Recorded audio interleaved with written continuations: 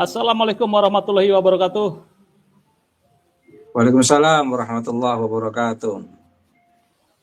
Pemirsa pada Suat TV, bersama saya Yusuf Maret 1 jam menemani Anda untuk podcast malam ini dengan tema mengingat kembali konflik panas Kang Deddy Mulyadi yang sekarang Gubernur Jawa Barat versus Habib Rizik yang menggemparkan kala itu. Kala itu tentang ucapan Kang Deddy Mulyadi sebagai seorang tokoh yang memegang teguh budaya Sunda, ia pernah berpolemik memang dengan Habib Rizik gegara ucapan Sampurasun.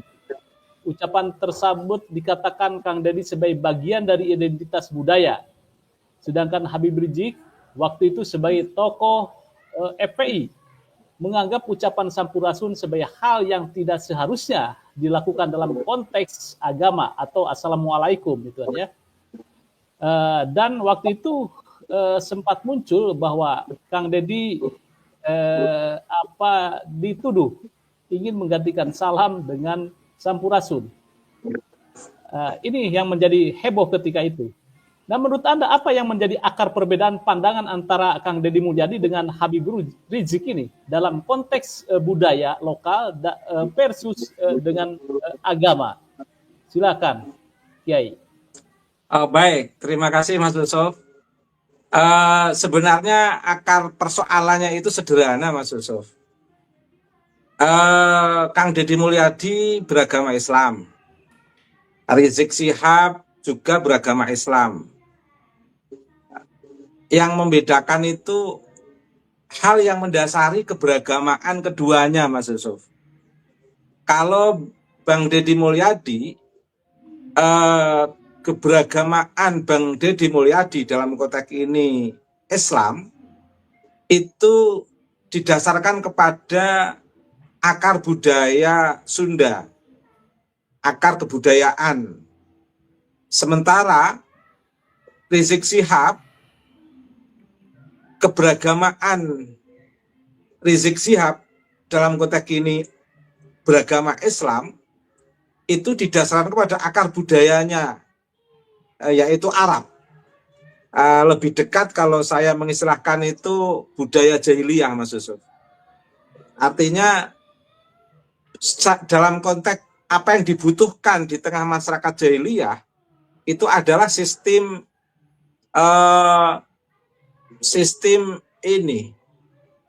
kelompok yang mendominasi pikiran Habib Rizik Syihab sebagaimana bentuk sistem kelompok yang mendominasi masyarakat jahiliyah pada saat itu.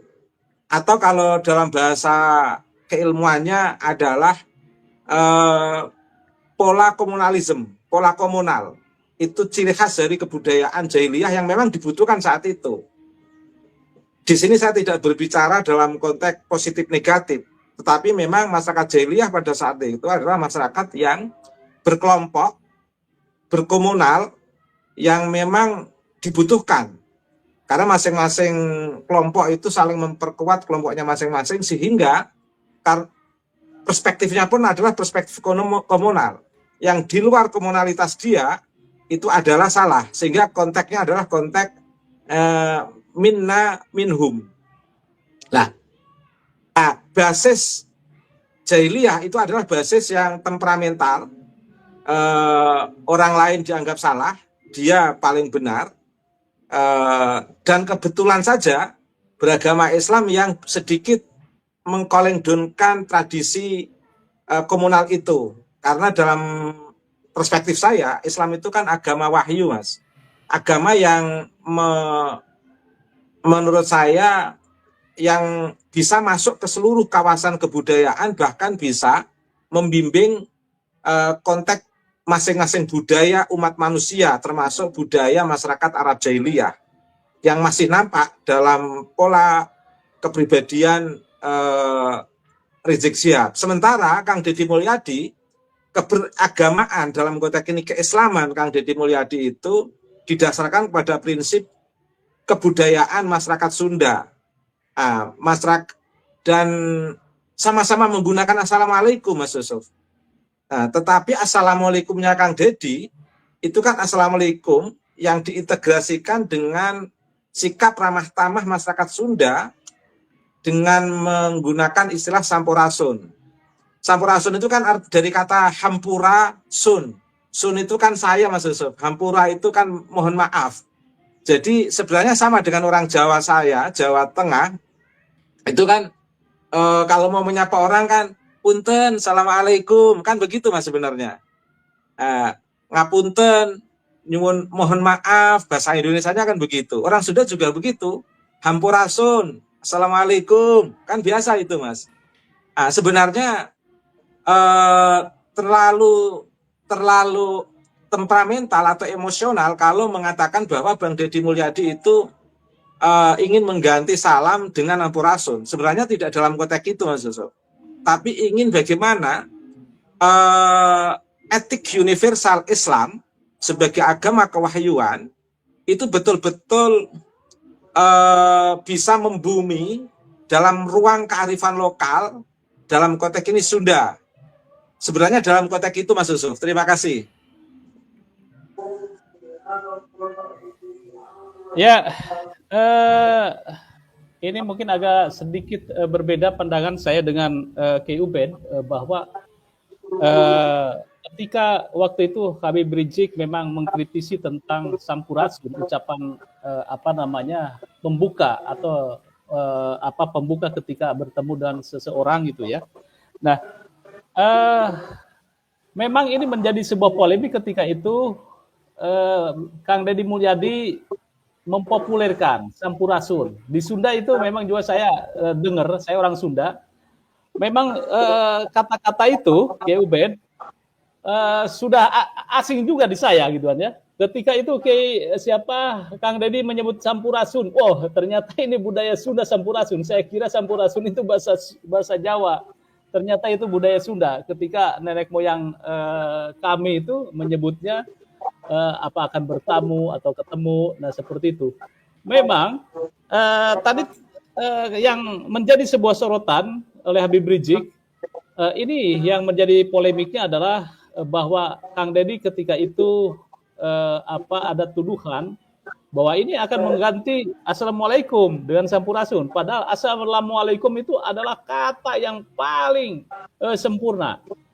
Dan kalau kita lihat juga Gus Dur ketika itu, kejadian Gus Dur itu mewacanakan assalamualaikum sama dengan selamat pagi, nah keselamatan. Nah ini menjadi sebuah protes lagi bahwa Gus Dur akan mengganti dengan assalamualaikum. Nah ini menurut saya ada beberapa perspektif yang berbeda. Yang salah satu Habib Rizik berbasis keagamaan mungkin dengan kulturnya atau dengan budayanya, karena budaya yang strong terhadap teks Islam, bahwa assalamualaikum ya assalamualaikum, jangan diganti dengan yang lain. Terus yang kedua masalah komunalitas, saya kira semua orang membutuhkan sebuah sistem kehidupan yang komunal, tidak jahiliyah atau modern. Jadi saya kurang sepakat sebetulnya ini akar budaya Habib Rizik itu adalah lebih dengan Ki Ubed. Saya lebih meyakini bahwa karakteristik keberagaman Habib Rizik itu dipengaruhi oleh kultur organisasi yang ketika itu memiliki visi akar komunal. Visi FPI itu kan bagaimana amar ma'ruf nahi munkar, strong gitu ya, keras terhadap sebuah kemungkaran dan juga beberapa hal yang menegakkan tentang ajaran-ajaran Islam. Itu yang saya lihat dari keduanya. Tetapi yang ingin kita bahas sekarang ini, bagaimana sebetulnya Islam itu hadir, kemudian ramah dengan lokal atau local wisdom. Islam itu turun, bukan di ruang hampa, tetapi berada pada komunitas yang luar biasa, komunitas yang beragam. Seperti Wali Songo, ada Sunan Bonang dengan gamelannya, kemudian ada Sunan Kalijaga dengan wayangnya, dan lain sebagainya. Nah, Anda bagaimana melihat konteks ini antara karakteristik Kang Deddy Mulyadi ini dengan konteks keadaan kehidupan keberagaman Islam? Silakan.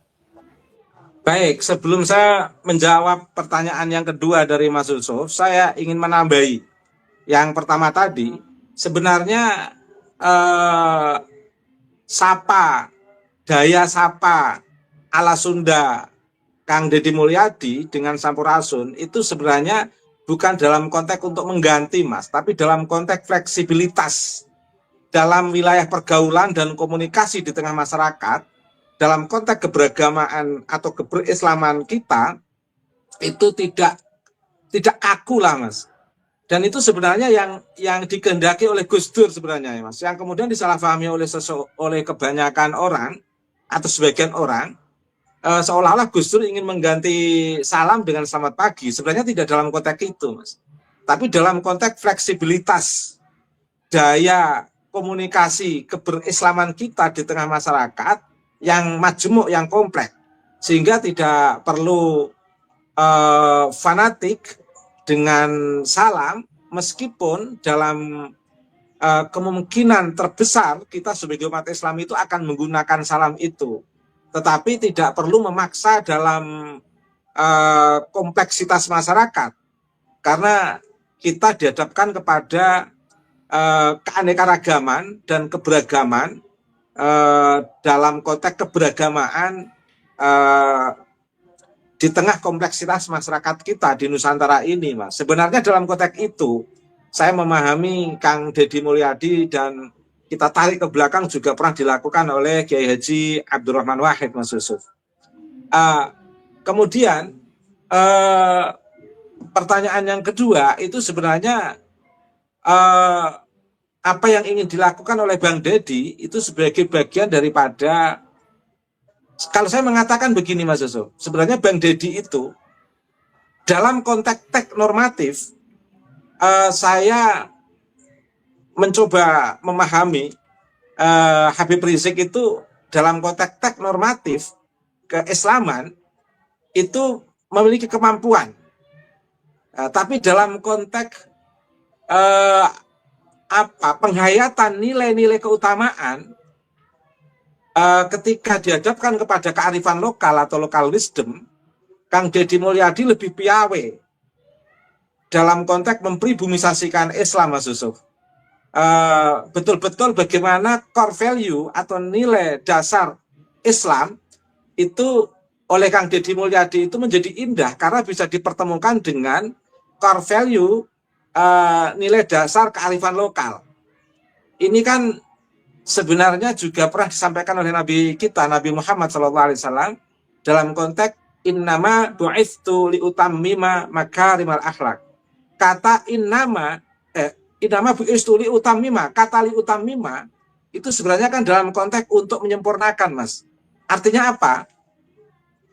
Islam yang kita bawa itu mesti harus menjadi sebuah agama wahyu yang berdialektika dengan kearifan lokal, bukan untuk menghakimi salah benar dalam konteks kearifan lokal, tapi bagaimana di tengah masyarakat Nusantara ini yang di sana ada kearifan lokal atau local wisdom itu bisa disempurnakan, sehingga Islam dengan kearifan lokal itu tidak dibenturkan, tapi betul-betul mengalami proses pribumisasi atau betul-betul melakukan dialektika kearifan, kebijaksanaan untuk sama-sama mengarah, menguatkan, mengangkat harkat dan martabat umat manusia. Sebenarnya Kang Deddy Mulyadi itu ingin menekankan ke sana, Mas Yusuf. Dan prinsip dasarnya berbeda, Mas Yusuf. Kang Deddy Mulyadi itu sebenarnya memiliki prinsip dasar kosmologis. Artinya apa? Kosmologi itu kan sebenarnya awal kajian filsafat itu kan bidang kosmologi, Mas. Dan awal kemunculan ilmu pengetahuan itu kan kosmologi. Kosmologi itu sebenarnya sebagai awal mula kemunculan diskursus tentang ilmu pengetahuan. Nah, kosmologi itu apa?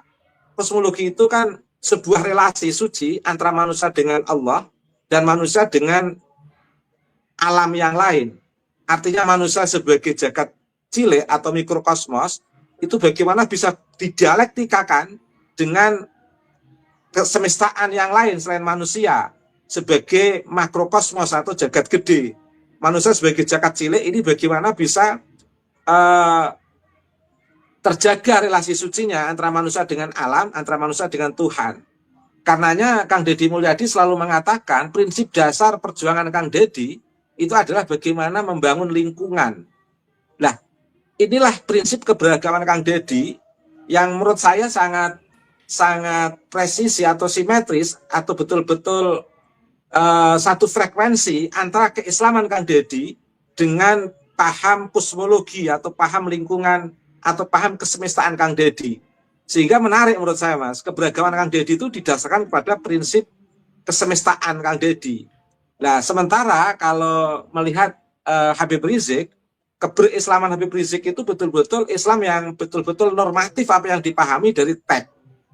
Dan bagaimana teks normatif itu didakwahkan kepada masyarakat sehingga seperti tercerabut dari akar historisnya. Habib Rizik lupa bahwa beliau berada di tengah-tengah akar historis masyarakat Nusantara, yang diantaranya masyarakat Nusantara itu ada masyarakat Sunda. Kalau perspektif historis, kalau perspektif normatif Habib Rizik itu didasarkan pada akar historis masyarakat Nusantara, dalam konteks ini spesifik dengan masyarakat Sunda, tentu Habib Rizik tidak akan cepat salah paham terkait dengan perspektif kosmologis Bang Deddy Mulyadi, Mas Yusuf. Belum lagi terkait dengan akar historis kebudayaan masyarakat Nusantara yang lain selain masyarakat Sunda. Oleh karena itu, sekuat apapun dakwah Habib Rizik di tengah jamaahnya, itu akan kesulitan ketika berhadapan dengan masyarakat mayoritas yang mengikuti itu kan hanya beberapa kelompok yang memang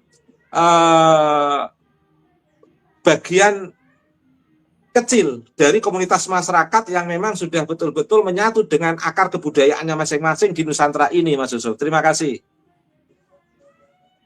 Ya, baik.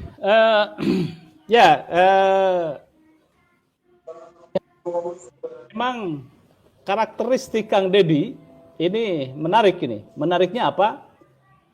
Sebetulnya perlawanan terhadap habaib, kalau saya melihat itu ya, secara frontal, Imad ya Kang Deddy dengan kasus Sampurasun ini. Sebelum ada Kiai Imad, kalau kita jujur ya, Kang Deddy betul dihabisin itu ketika jadi Bupati Purwakarta tentang Sampurasun ini.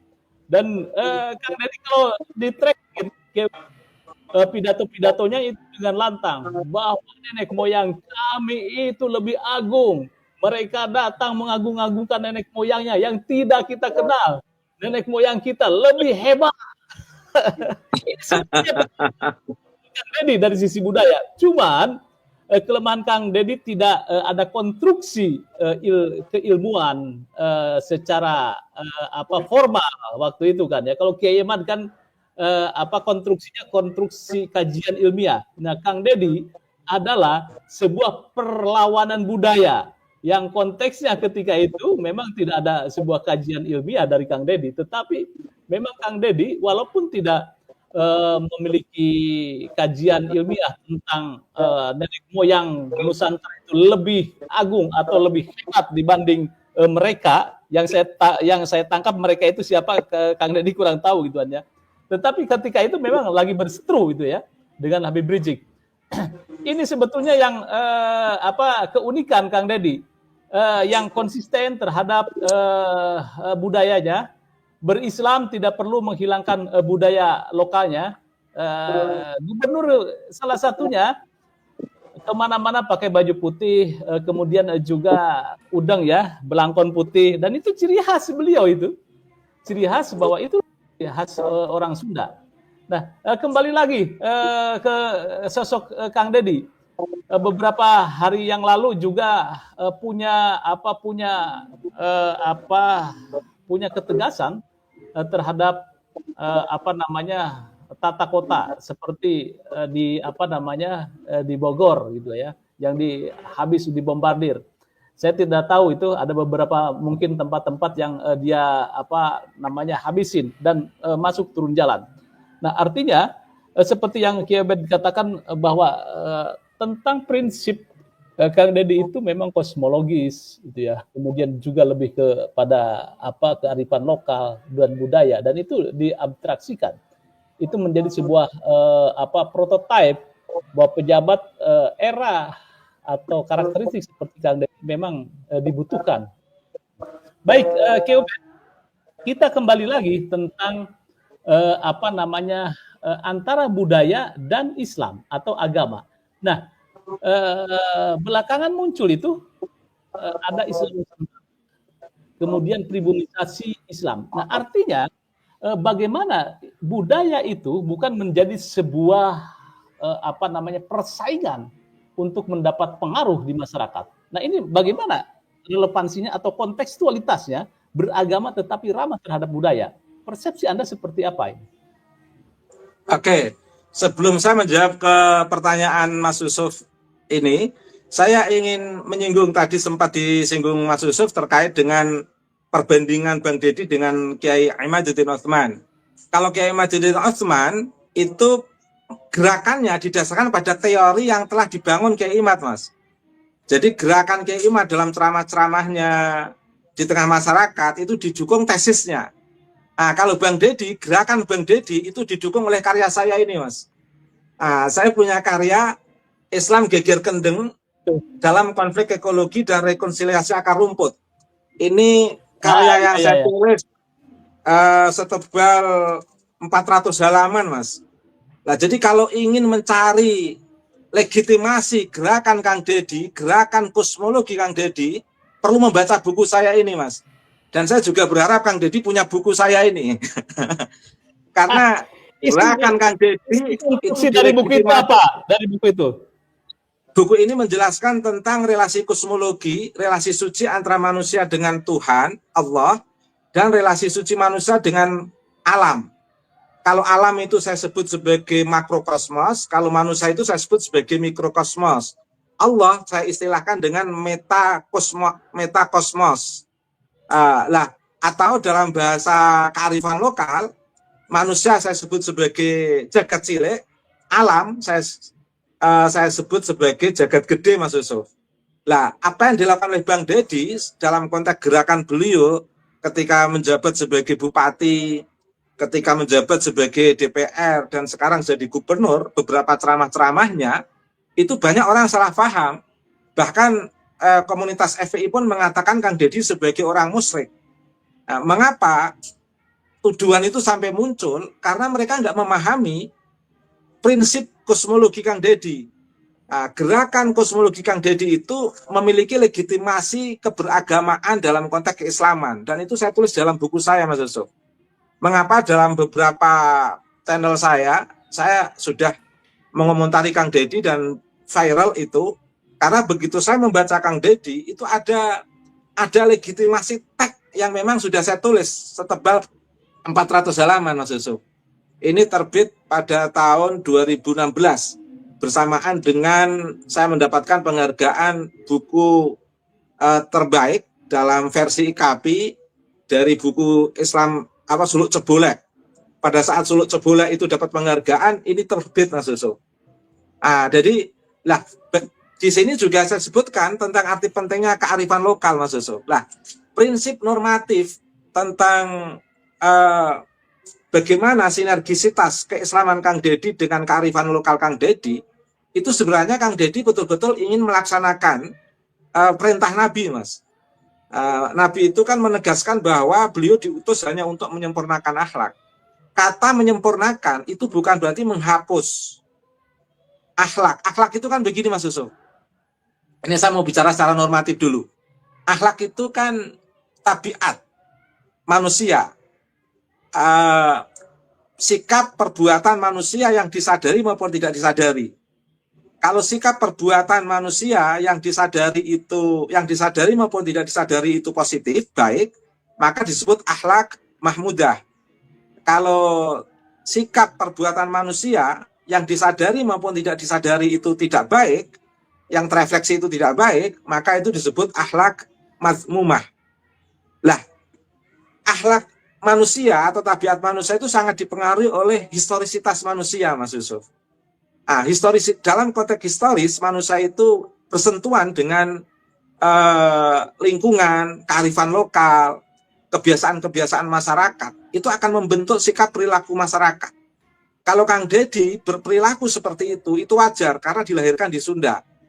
Kalau Habib Rizik Syihab bertemperamental seperti itu wajar karena memiliki latar belakang historis seperti itu. Artinya di sini saya tidak mengatakan positif negatif, tapi saya membaca dari kerangka historis, Mas Yusuf. Lah, dalam konteks ini menarik. Keberislaman Kang Deddy itu sangat taat, Kang Mas Yusuf. Sudah umroh, sudah haji, agamanya juga Islam, nama putranya juga nama Islam, katakan begitu. Mengambil nama dari B.J. Habibie, katakan begitu. Kemudian perilakunya, ibadahnya, juga cara-cara Islam, pidato-pidato dalam konteks pasca tarawih setelah jadi gubernur, itu saya mencoba mengikuti, sangat bagus sekali. Bahkan bagaimana beliau mengurai surat ara'aital ladzi yukadzibu biddin fadzalikal ladzi yad'ul yatim wa la yahuddu ala ta'amil miskin, dan seterusnya. Itu menarik sekali, Mas Yusuf. Sangat menyentuh sekali. Lah, dalam konteks keberislaman dan kearifan lokal yang ingin dipegang teguh oleh Kang Deddy, itu sebenarnya sudah sangat simetris, Mas Yusuf. Sudah kalau istilah saya itu sudah bertemu pada titik interkoneksi dan integrasi antara Islam dan kebudayaan. Jadi keislaman Kang Deddy itu ingin mengikuti keislaman Nabi untuk menyempurnakan kearifan lokal dan kebijaksanaan di tengah masyarakat, Mas Yusuf. Bukan untuk mencerabut kearifan lokal. Itulah fungsi daripada rahasia makna daripada utamima, untuk menyempurnakan. Bukan untuk menghapus, bukan untuk meniadakan, bukan untuk menafikan. Nah, karenanya hampir kita itu kalau sudah memahami prinsip teoritik perspektif kosmologi yang saya tulis ini, Mas Yusuf, membaca Kang Deddy itu sangat mudah. Sehingga tidak akan salah paham dan sampai mengatakan Kang Deddy musyrik, itu tidak akan seperti itu, Mas Yusuf. Karena keberislaman Kang Deddy itu juga kearifan lokal Kang Deddy, kearifan lokal Kang Deddy itu juga keberislaman Kang Deddy. Begitu, Mas Yusuf. Terima kasih. Iya, sekitar tahun 2015, 2016 memang ramai ini. Deddy Mulyadi disebut musyrik, banyak membangun patung, kemudian juga biasa melakukan adat budaya. Kemudian saya lihat ketika kemarin pilkada, dia upacara kayak semacam memandikan ini ya, andong, bukan andong, kereta kencana lah. Kalau di Jawa itu kereta kencana, semacam kereta kencana. Dan posisi menyembah atau bagaimana lah, dan ada di situ. Nah, ini menjadi ramai ketika ini muncul. Artinya memang pola-pola ketika masuk ke politik seseorang itu yang kemudian di Indonesia kental dengan umat Islam, maka akan muncul saja seperti itu. Nah, menurut Anda sebenarnya konsepsi keislaman dan budaya ini di Indonesia itu sangat kental sekali, seperti kenduren, ya. Kenduren itu kan sebetulnya kalau di dalam Islam itu tidak ada, kita tidak ditemukan itu yang namanya kenduri, kemudian selamatan 7 hari, 1 hari sampai 7 hari, itu tidak ada. Maka muncullah di sini seringkali Islam versi Arab, kemudian versi Nusantara, sehingga muncul Islam Nusantara versi Kiai Said penamaannya, di mana Islam Nusantara itu ramah terhadap budaya-budaya lokal. Maka tak heran Islam yang ada di Indonesia, katakan NU, kemudian juga berurusan atau bersitegang yang sangat luar biasa dengan paham-paham Wahabi. Paham Wahabi kan juga sama itu. Bagaimana ziarah kubur gitu. Nah, ziarah kubur ya betul ya, kalau Wahabi kan ya.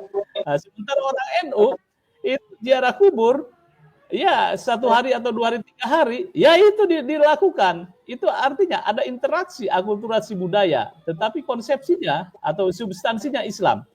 Nah, ini menurut Anda bagaimana sih sebetulnya Islam substantif, ya, dan kemudian satunya lagi Islam yang melihat apa secara tekstual, Islam tekstual. Lah, kapan saya bicara begini, Islam tekstual dan Islam yang substansif seperti yang dilakukan oleh kiai-kiai NU itu kan substansinya Islam. Kemudian Islam tekstual itu kadang-kadang tidak melihat tekstual terhadap budaya. Ini sebetulnya yang menjadi sebuah apa namanya pertarungan atau bersih tegang antara pemegang paham yang satu dengan yang lainnya. Apalagi sosoknya adalah seorang politisi.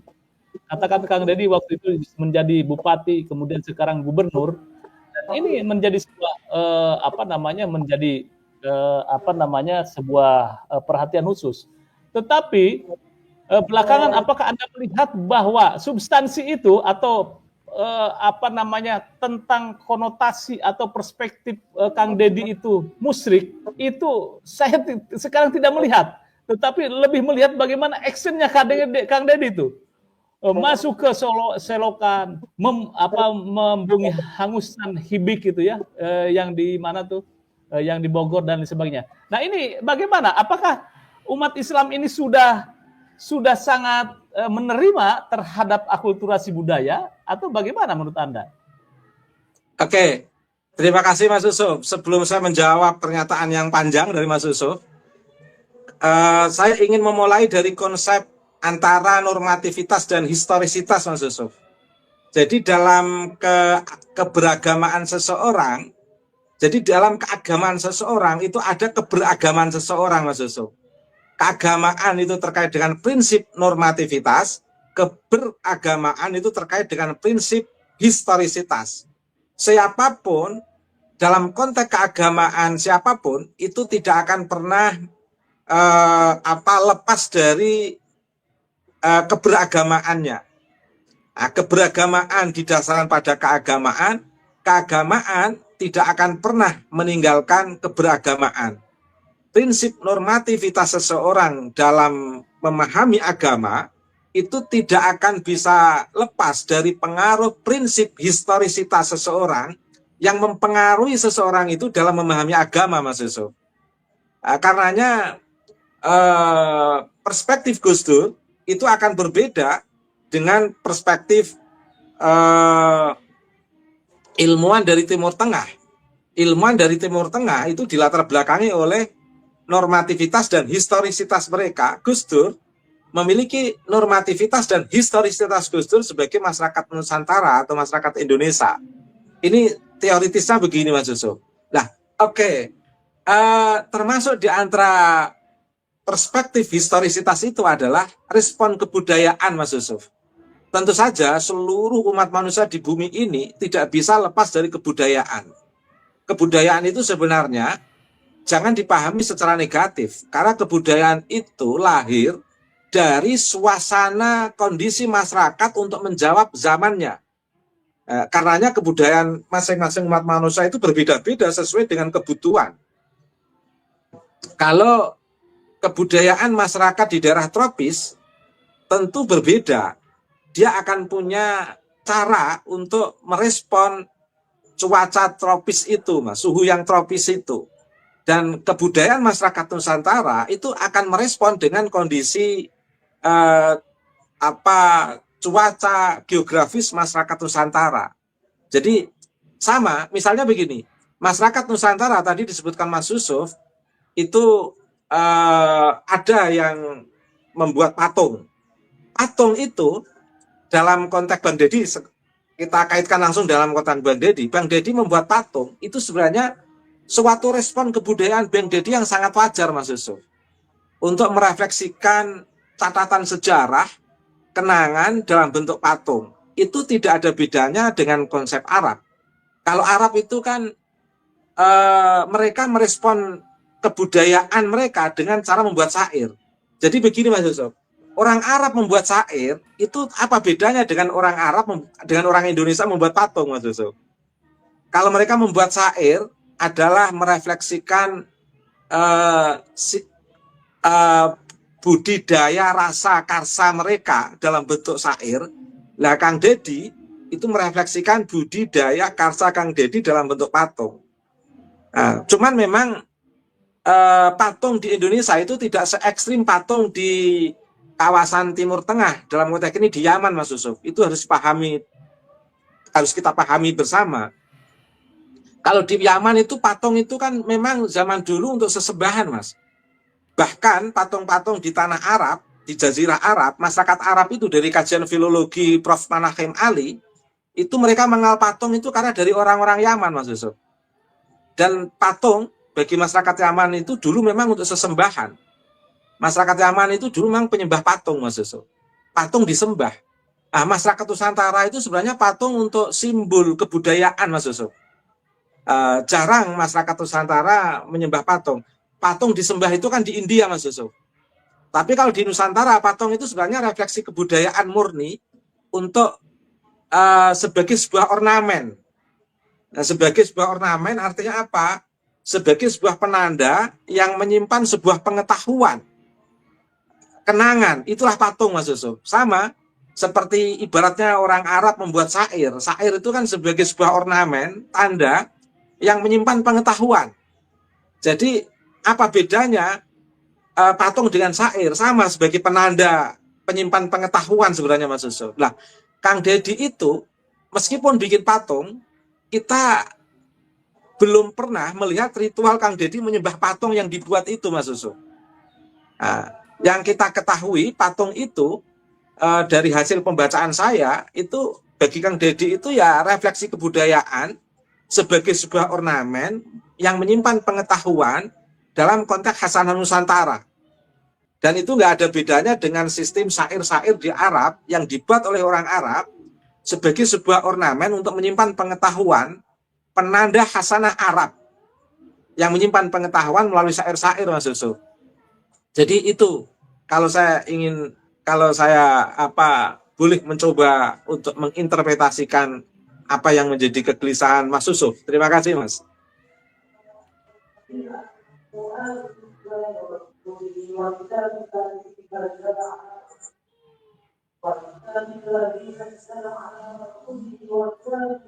Oke, agak tersendat ini kayaknya sinyalnya. Ya, ini sebetulnya ya selamat bergabung Dr. Ribut Huda dari Sudan, Intelektual Muda NU. Ya. Nah, Ki Ubed, satu lagi ke Ki Ubed.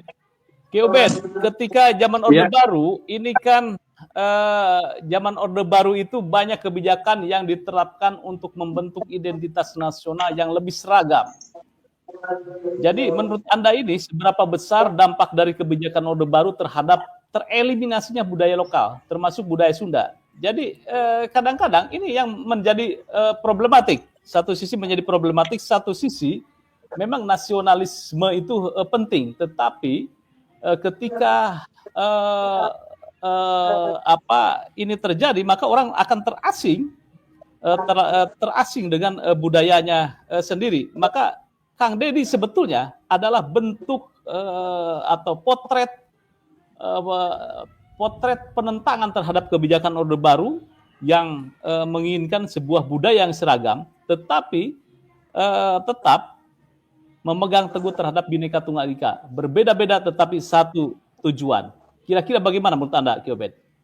Kalau Orde Baru nggak usah dibahas, Pak, karena memang Orde Baru itu kan tidak hanya sistem birokrasi yang tersentral, Mas, ke salah satu titik kebenaran, yaitu kebenaran tunggal.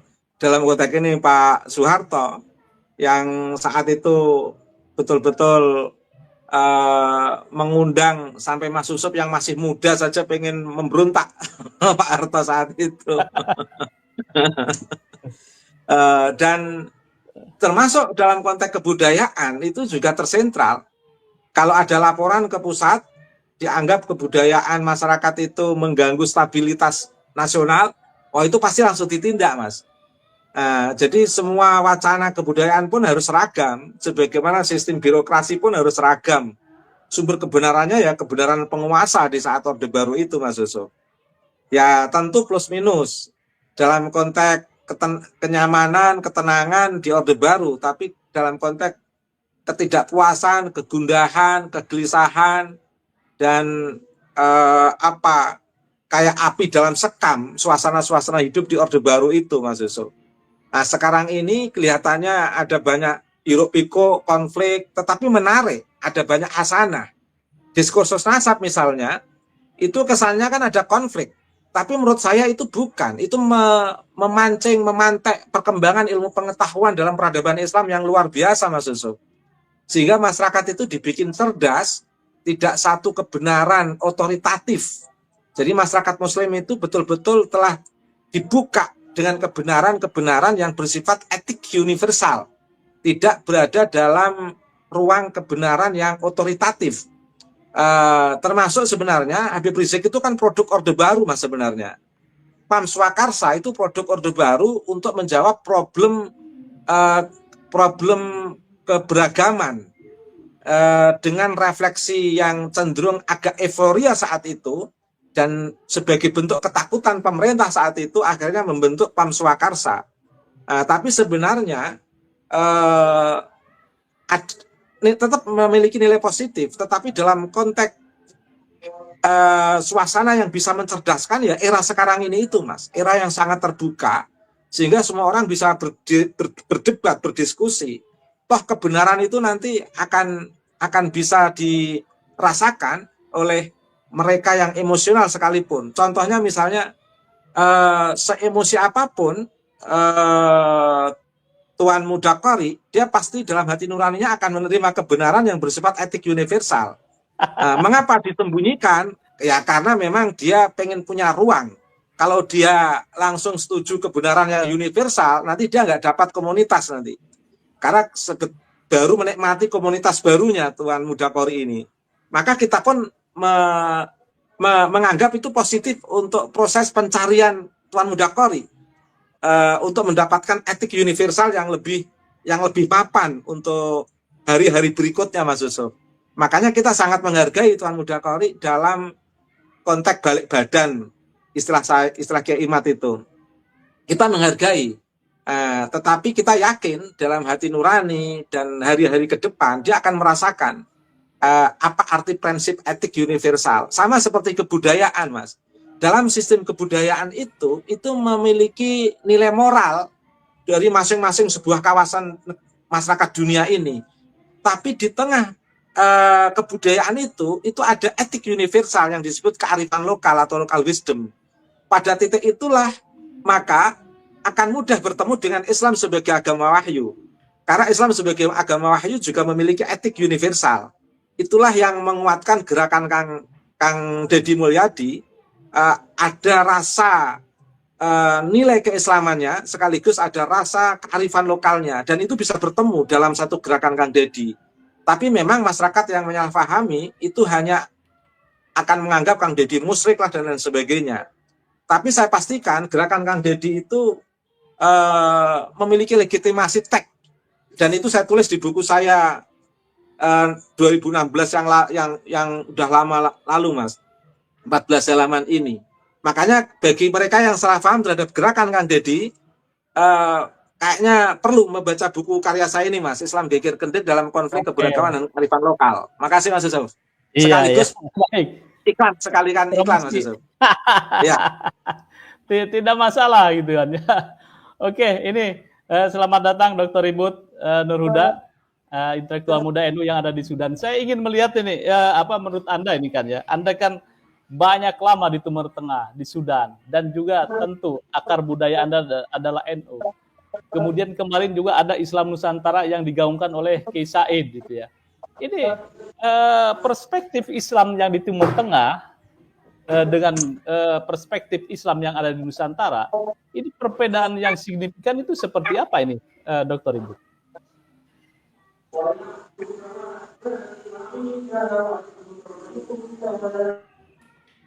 Halo Dr. Ribut, kelihatannya masih ada agak terkendala ini.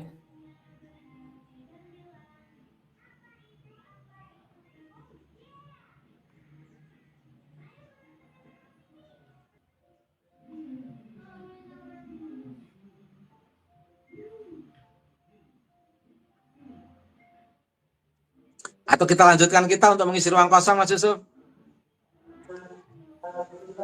Ya, sebentar ini dia masuk. Ya, langsung ya. Nah, Ya. ya. Baik. Jadi masalah saya tanggap ya. Bismillahirrahmanirrahim. Assalamualaikum warahmatullahi wabarakatuh. Ini saya Waalaikumsalam warahmatullahi wabarakatuh. baru bergabung, menyapa dulu. Ada Kiai Ubedillah ya. Yang selalu enjoy menemani diskusi dan gerakan pencerahan untuk umat dan bangsa ini.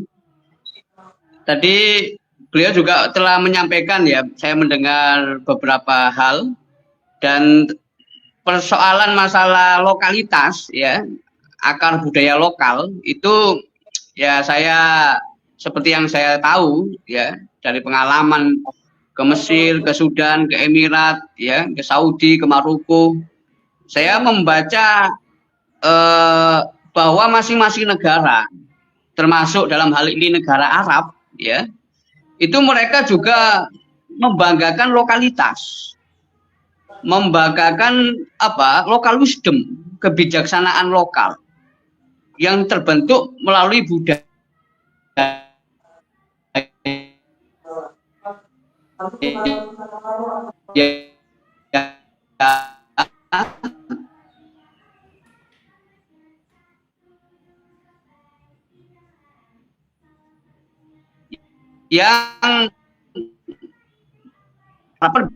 Yang tentunya tidak tangan dengan masalah prinsip ajaran Islam, termasuk dalam masalah ucapan salam misalnya atau sapaan ketika bertemu orang lain, ya itu kan kalau ada yang mempersoalkan Kang Deddy ketika mengucapkan sampurasun gitu ya, atau ucapan-ucapan yang bersifat kebudayaan, itu tentunya perlu dimaknai itu bukan sebagai ucapan teologis ya, yang menyangkut keyakinan, keimanan, bukan ya, tetapi itu ucapan yang bersifat doa dengan bahasa lokal masing-masing ya, dengan bahasa lokal masing-masing. Apalagi Indonesia itu bisa dikatakan negara paling kaya dengan kebudayaan, paling kaya dengan bahasa,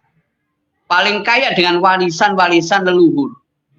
Ya, itu tentunya kekayaan itu, ya, kekayaan budaya itu berimplikasi pada kekayaan peradaban Nusantara yang kemudian sudah diwadahi oleh NU dalam hal ini sejak kepengurusan Kiai Haji Said Agil Sirot melalui konsep Islam Nusantara.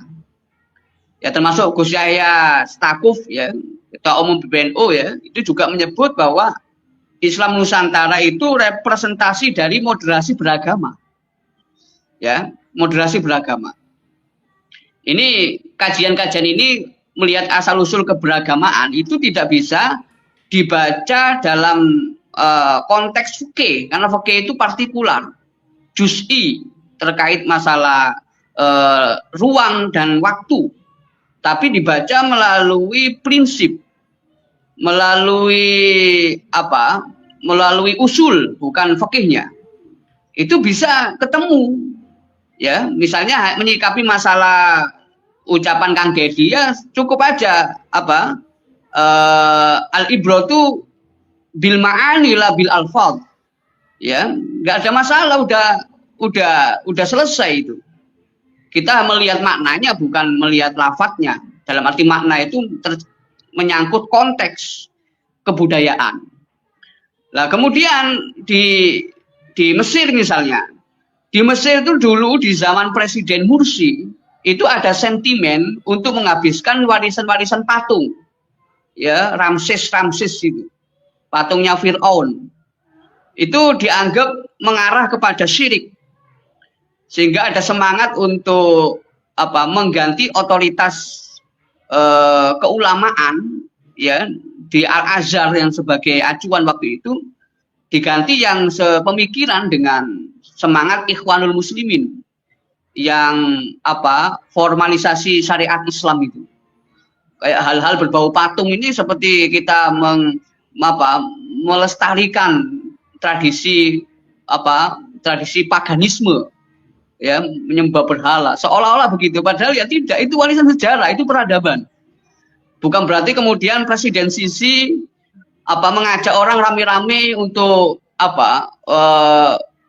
memistifikasi patung misalnya, berdoa menjadikan patung sebagai tawasul misalnya. Ya itu kan nggak ada begitu, itu kan dijadikan sebagai tempat wisata. Nah, termasuk budaya-budaya lokal itu, karena kemajuan intelektual itu sudah bisa memfilter mana itu ranah keimanan, ya, mana itu ranah hukum fikih, mana itu ranah kebudayaan, ya, kebudayaan multikultural kayak kita hidup di Indonesia itu sudah bisa dipilah-pilah dengan perkembangan ilmu pengetahuan. Misalnya mengandaikan saja masalah identitas. Batik itu kalau di luar negeri itu sudah menjadi promosi Indonesia.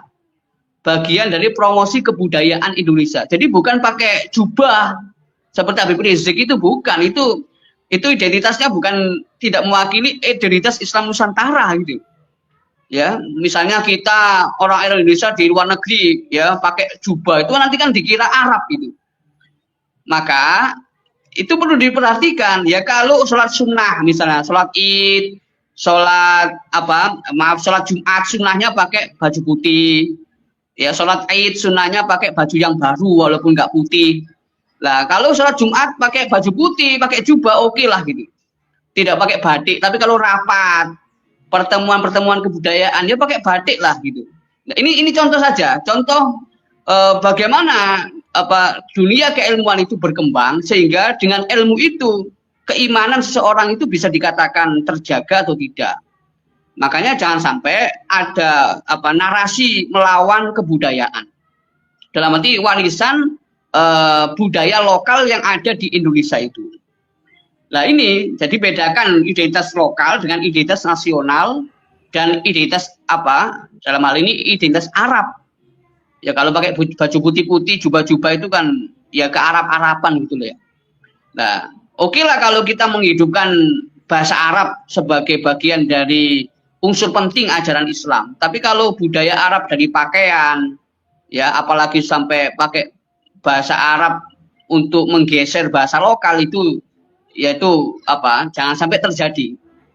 Nah ini yang saya perhatikan, termasuk di negara-negara Arab Afrika Utara ya, yang notabene ada percampuran antara Arab dengan benua Afrika, ya, masyarakat berkulit hitam itu juga budayanya juga luar biasa. Ya, budayanya luar biasa. Misalnya kalau ada orang ziarah kubur mengelilingi kuburan, apakah berarti dia tawaf kayak di Mekah? Ya kan tidak juga itu. Ya, itu perlu pembahasan yang tafsili, yang rinci. Jadi tidak simplistis, tidak menyederhanakan persoalan. Ini enggak Islam, ini mau merubah ajaran Islam, ya tidak begitu. Ya, jadi kalau masalah kebudayaan ini lebih tepatnya, ya, konsep-konsep yang digunakan itu adalah bagaimana cara pandang kita terhadap kehidupan, ya, cara pandang kita terhadap dunia yang sekarang ini sangat majemuk, ya, sangat heterogen. Bukan fikih-fikih yang galak-galak begitu. Fikih yang galak pun ya juga tidak mempersoalkan masalah lokalitas di Nusantara selama itu tidak bertentangan dengan ajaran yang qot'i. Ya, ajaran qot'i. Nah ini saya juga menjelaskan persoalan ini ada dalam buku Sanad Peradaban. Kalau ada yang ngetik buku Sanad Peradaban itu ada di internet ya. Walaupun tidak berupa PDF langsung, tapi bisa dibaca lah itu bagaimana Islam Nusantara itu merupakan representasi dari sanad peradaban. Ya, memiliki silsilah bagaimana secara keilmuan itu betul-betul mencerminkan Ahlul Bait. Dalam ini adalah keilmuan Sayyidina Ali. Ya, kalau Kiai Maimun Zubair yang pernah dikutip oleh Pak Nusron Wahid itu, Mbak Maimun pernah kata Pak Nusron Wahid itu, Mbak Maimun kalau masalah ilmu belajarlah kepada Sayyidina Ali. Kalau masalah politik belajarlah kepada Muawiyah. Tapi bagi saya pribadi ya, wah, Sayyidina Ali juga politiknya luar biasa, bukan politik yang agak keras ya, agak keras ya, kayak putranya Muawiyah itu Yazid yang menggal kepalanya Husain itu kan. Nah ini kan Ali itu betul-betul high politik ya, Asia Asamiyah atau bahasanya Said atau bahasanya bahasa Al-Mahfud Asia Al-Quswa ya, politik tingkat tinggi itu yang dikedepankan oleh Sayyidina Ali. Bukan politik Asia al-Barbaria, politik barbarian yang menghalalkan segala cara, bukan demikian ya, atau cara-cara kasar. Nah ini sudah tidak ada problem kalau mau kembali ke masa jahiliyah atau masa zaman-zaman primitif zaman dulu, ya tidak tepat kalau hidup di Indonesia. Ya, tidak tepat kalau bergerak di Indonesia. Jadi Indonesia itu sudah majemuk dan tinggal bagaimana dakwah itu bisa dilanjutkan dengan prinsip bitadarruj, bertahap, dan adamul haraj, tanpa melukai, tanpa menyakiti. Sementara itu masukan dari saya, Pak Yusuf. Oke, baik, ini menarik ini bagaimana pertautan budaya di Nusantara dan Islam, kemudian juga di Timur Tengah, dan juga ternyata local wisdom menjadi sebuah acuan juga, menjadi sebuah perhatian juga oleh umat beragama Islam khususnya di Timur Tengah dan juga tentunya di Indonesia. Nah, kalau menurut Dr. Ribut, ini bagaimana sih sebetulnya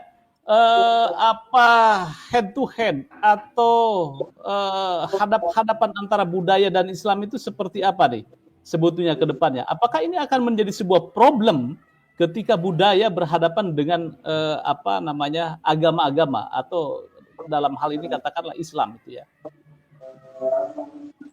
Ya, relasi agama dan budaya ini sudah banyak diperbincangkan ya, termasuk di sekolah-sekolah ya, yang menyiapkan kader-kader umat Islam Nusantara supaya tidak kontraproduktif dengan budaya, artinya supaya tetap bisa akomodatif dengan budaya sebagaimana sudah dilakukan oleh Wali Songo ya. Itu kalau kita melihat orang yang punya pemahaman agama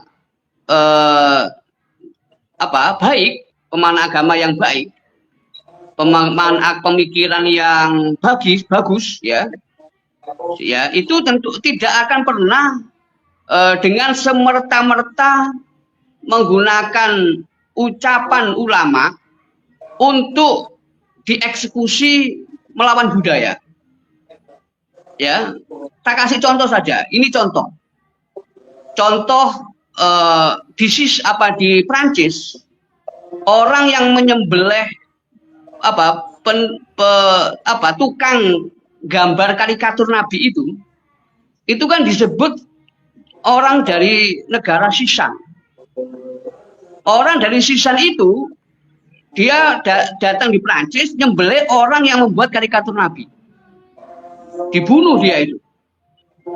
Nah kemudian ini menuai kontroversi karena yang menyembelih itu ngaku beragama Islam dan mengaku juga bermadzhab Syafi'i, dan bahkan dia menyampaikan qaul-qaul madzhab Syafi'i yang membolehkan membunuh orang yang menghina Nabi. Nah itu bagaimana kalau dipandang oleh ulama-ulama moderat? Saat itu yang memberikan respon itu ulama Al-Azhar. Itu ada asistennya Syekh Ali Jum'ah itu, Syekh Ashraf Sa'ad Al-Azhari. Saya pernah ketemu waktu beliau berkunjung ke Sudan itu, Syekh Ashraf. Nah itu tindakan yang dilakukan oleh orang Sisan, orang-orang Chechnya, itu adalah tindakan anarkis, tindakan teroris ya, yang diakibatkan oleh kedangkalan pemahamannya terhadap madzhab Syafi'i, kedangkalan pemahamannya terhadap ajaran Islam. Ya, kalau bahasanya Syekh Imam Al-Qarafi itu dari madzhab Maliki itu, man afta ala ma fi butul kitabi faqad dhalla wa adall. Man afta ala ma fi butul kitab, orang yang berfatwa hanya congkel-congkel, comot-comot, ngutip-ngutip ajaran di kitab dijadikan fatwa, maka faqad dhalla wa adall. Dia tidak hanya sesat tapi juga menyesatkan. Artinya apa? Dia harus paham konteks. Paham konteks itu dia harus paham sejarah. Kalau dalam konteks kebangsaan, bagaimana Islam itu bisa kokoh di Indonesia pakai jilbab tanpa undang-undang, ya itu merupakan suatu prestasi yang ini susah ditemukan di negara-negara lain yang mengalami shock culture. Ya kayak di Maroko itu ada shock culture, di mana saya waktu di Maroko itu melihat apa ketika ziarah ke makam, misalnya ke makam ke makam Ibnu Ajurum yang ngarang Ibnu Jurumiyah, ya kemudian di Marrakesh dan di Fes itu, di Marrakesh juga ada makam Imam Jazuli yang menulis kitab Dalailul Khairat, ya dan seterusnya. Mereka itu ziarah ke makam itu kalau satu keluarga antara ibu dan anak perempuan ya, yang ibunya itu pakai jilbab, yang anaknya itu pakai pakaian ketat, pakaian biasa, nggak pakai jilbab, ya kayak orang-orang Barat itu. Walaupun Maroko disebut Baratnya Arab ya, karena sebelahan dengan Spanyol, berdekatan dengan Prancis.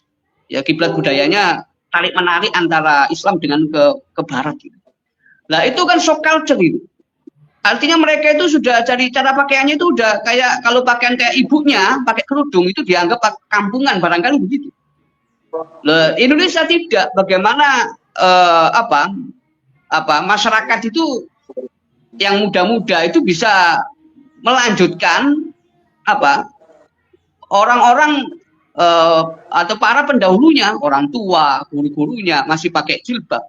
Jadi tidak gampang dengan terpengaruhi oleh teror budaya. Ya, ini bukan teror budaya yang katanya Pak Soleh Basari ya, Dr. Soleh Basari masalah nasab, bukan. Ya, teror budaya dalam hal muamalah kita sebagai masyarakat yang beragam. Ya, saya mengutip perbincangan Dr. Soleh Basari itu masalah nasab sebagai teror budaya itu cuma di Indonesia aja. Ya kalau Pak Alawi membangun komunitas organisasi di Arab barangkali akan muncul juga teror budaya itu. Ya, ya tapi nggak terjadi di Arab itu. Ya itu mereka cuma forum silaturahmi aja. Jadi ini saya menyampaikan. Jadi Islam di Indonesia itu sudah luar biasa. Jadi tidak perlu untuk menganulir atau menghapus warisan-warisan lokal, biarkan itu berjalan. Hanya saja dalam memandangnya itu adalah bagaimana koridor fikih itu, ya koridor fikih itu betul-betul menggunakan pemahaman yang komprehensif ya, bukan sekedar fatwa saja, tetapi meninjau bagaimana maslahah dan mudorotnya, ya maslahah dan mudorotnya. Itu Pak Yusuf. Ya.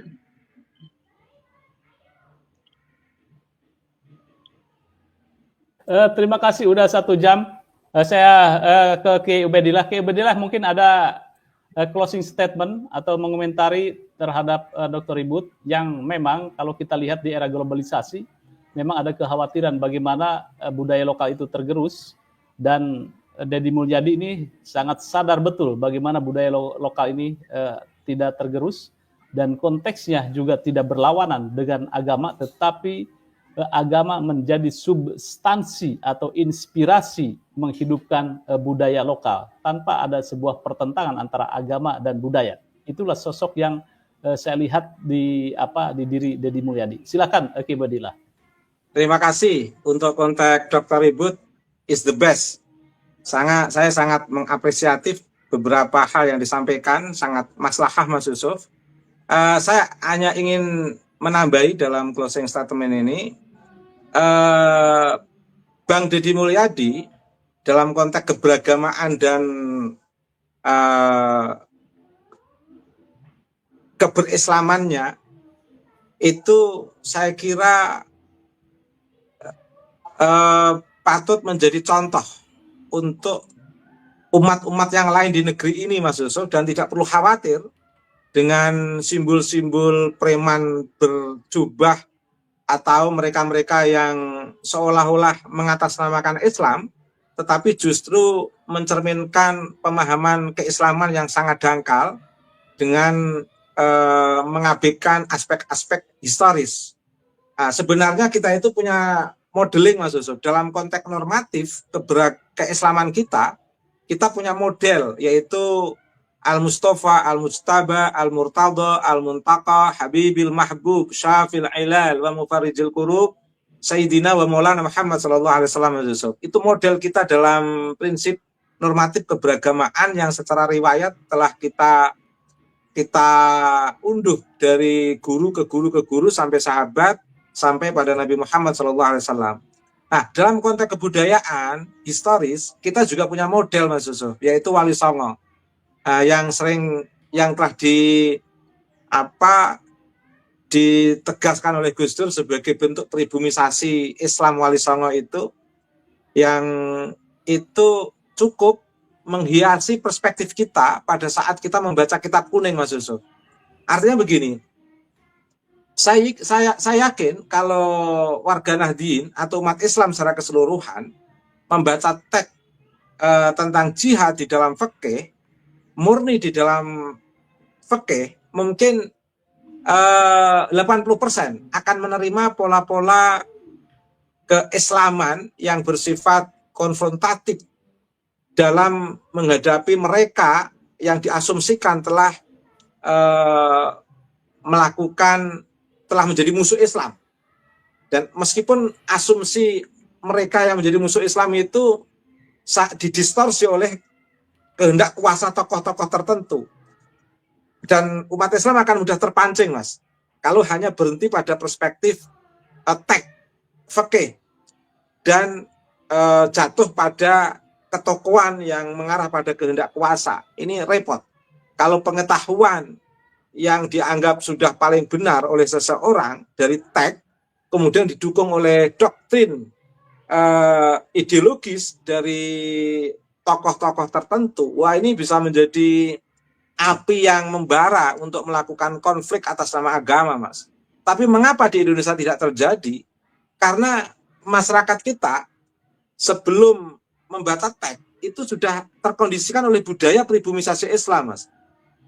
Sehingga perspektif teks tentang jihad dari kitab fikih itu diintegrasikan, diinterkoneksikan dengan kearifan-kearifan lokal atau prinsip-prinsip pribumisasi Islam. Inilah pentingnya Wali Songo dalam hasanah keberagamaan yang betul-betul memiliki prinsip normatif yang bersumber dari Nabi dan betul-betul kuat di dalam memahami secara historis dalam konteks untuk mengkontekstualisasikan Islam di tengah budaya masyarakat Nusantara ini Mas Yusuf. Nah, meskipun demikian kita tetap kaya dengan aturos yang telah mengambil ikon dari Mbah Nawawi Al-Bantani, Mbah Mahfud At-Tirmizi, dan ulama-ulama Nusantara yang lain. Ini menarik Mas. Jadi warga Nahdien atau umat Islam di Nusantara ini itu keren menurut saya Mas. Pertama punya model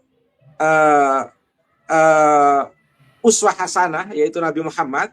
Kedua punya model historis yaitu Wali Songo. Yang ketiga punya model dalam konteks ikon kajian aturos yaitu Mbah Nawawi Al-Bantani. Dan ini sangat mewarnai perspektif keberagamaan kita. Makanya kalau ada komunitas dalam konteks ini misalnya Habib Rizik Syihab, itu paling yang mengikuti mereka-mereka yang tidak pernah mengikuti hasanah yang saya sebutkan tadi ini Mas. Tapi bagi masyarakat yang telah mengikuti modeling Nabi Muhammad, modeling Wali Songo, modeling hasanah, modeling kajian aturos hasanah Nusantara aturos yang telah dilakukan oleh Mbah Al-Bantani, insya Allah tidak akan kagetan gumunan, sehingga rata-rata santri-santri yang betul-betul mengikuti modeling dan ikon kajian aturos dari Mbah Al-Bantani ini lebih arif di dalam keberislaman, keberagamaan di tengah keberagaman atau keanekaragaman masyarakat Nusantara Mas Yusuf. Terima kasih Mas Yusuf. Baik, Dr. Ribut, ada closing statement silakan. Itu menyangkut ya terima kasih Dr. Ubaidillah. Itu saya ini menegaskan kembali yang saya sampaikan itu, bahwa bahwa contoh distorsi pemahaman yang kemudian berakibat fatal itu kayak terjadi bagaimana orang Sisan itu nyembelih warga Prancis di negara orang lain di Prancis. Itu yang kemudian kata orang Azhar itu tindakan radikal yang lebih radikal dari Wahabi itu sendiri. Dia mengaku mengikuti mazhab Syafi'i, tapi karena pemahaman yang dangkal, berbuat radikal, itu lebih radikal dari Wahabi. Itu komentar dari orang-orang Al-Azhar. Termasuk klaim orang mengatakan saya itu Islam, tapi akhlaknya nggak Islami. Ya, klaim dia itu mengikuti mazhab Syafi'i misalnya, ya, tapi pemahamannya tidak usuli, ya, tidak mengerti tentang bagaimana local wisdom dan seterusnya.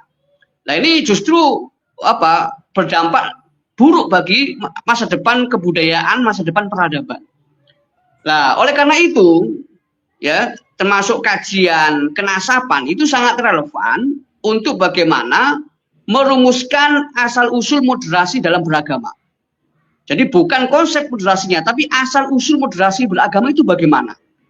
Misalnya kalau representasi di NU, itu ada silsilah guru Basim Asy'ari sampai ke atas itu kan di zamannya Said itu kan ketemunya kepada Sayyidina Ali. Ya, Sayyidina Ali. Orang kalau membaca perkataan Sayyidina Ali itu akan terheran-heran. Minimal baca Nahjul Balaghah yang ditahqiq oleh Syekh Muhammad Abdul Al-Azhar itu.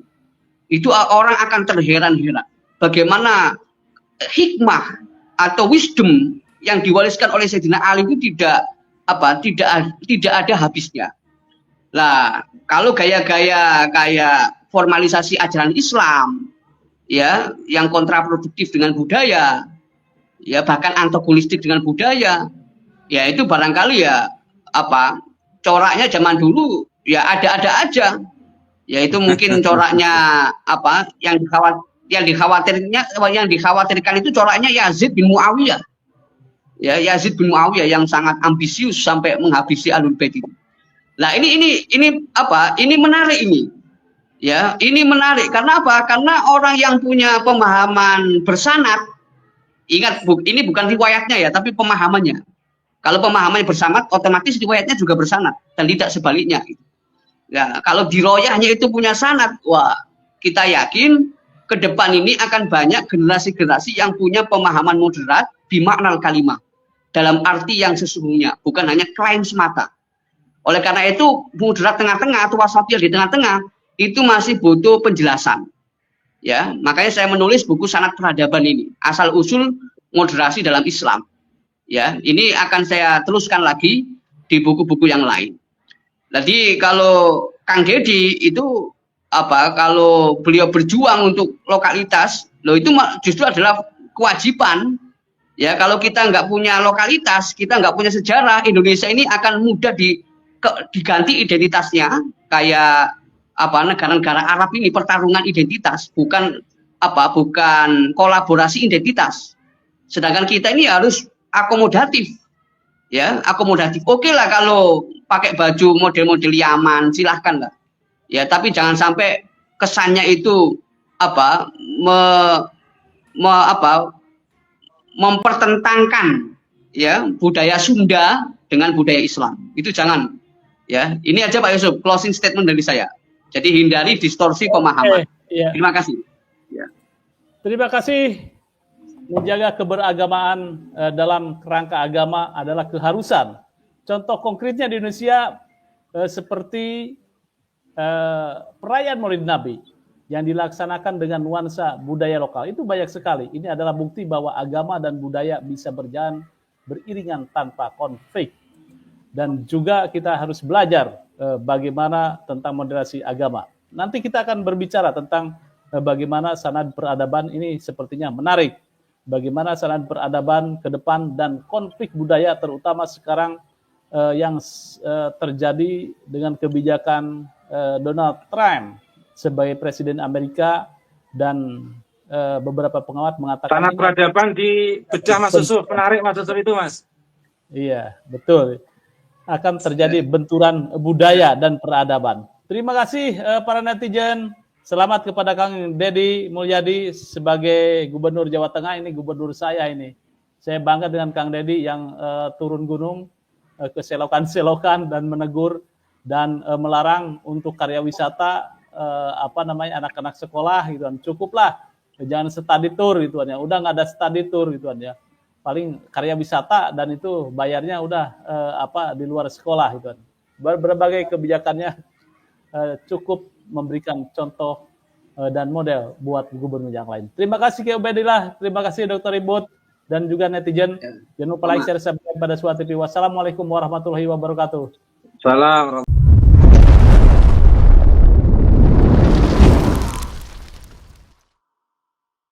Itulah tadi pembahasan tentang polemik kisruh Habib Rizik bersama Kang Deddy Mulyadi yang sempat marak beberapa tahun yang lalu, yang sudah dijelaskan dan dikupas tuntas oleh Kiai Ubedillah bersama Dr. Ribut di Pada Suara TV.